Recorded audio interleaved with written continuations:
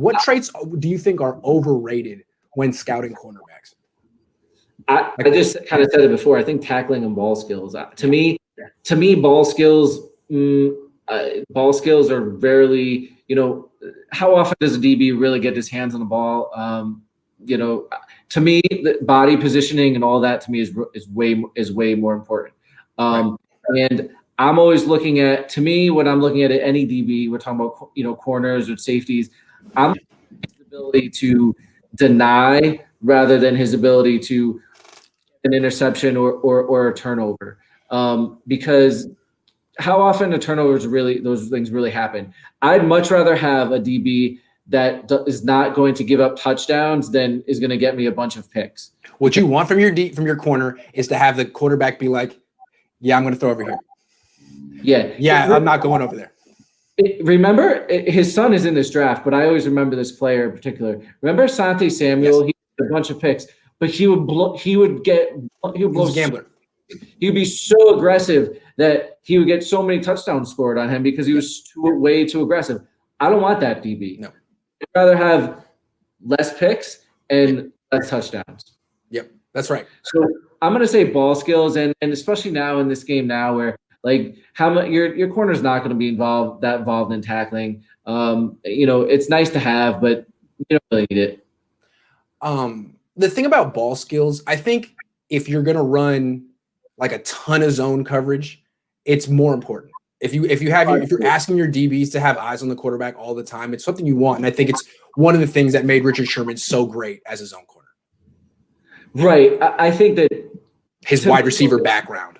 Yeah. I was going to talk about this too, but I think the thing that made Richard great is his ability for his mind to be able to talk to his body and process it, because we talk about his intelligence, okay, but it's one thing if you're playing corner and that you have inside safety help, but how many times do you see a DB fall for a move that he shouldn't fall for? You're like, oh well, he knows he has inside help, but why is he falling for an inside move and letting the guy go out there?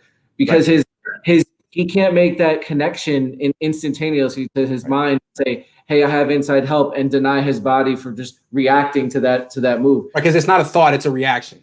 Yeah, Richard can control his reaction to that. It's so impressive as an athlete. I think he's super intelligent, but he has a control of his body that it's just superb. His muscle memory is unreal. His muscle memory is smart. Yeah. That's interesting. The other thing about physicality, I'm totally there with you. And last year, my favorite corner in the draft was Henderson from Florida. I thought he was the best athlete, the fastest, the most fluid mover. And everyone was like, well, look at this one clip where he didn't tackle a dude. I was like, I don't care. I don't care at all. To me, your corners aren't your enforcers. They're not setting the tone with their tackling. They just need to be able to wrap up, and you can teach that. You can. And if he's beat, honestly, then there's probably not going to be an opportunity for him to even make the tackle. So, maybe, but run support though. Like, how many teams even play cover 2 anymore? A lot of these guys are bailing deep anyway. You can't. Yeah. Why? Because of the middle of the field. You can't. Before, that whole cover 2 concept was built upon a safety be able to get there, and if the ball was caught, he was going to be able to lay the wood like right. John.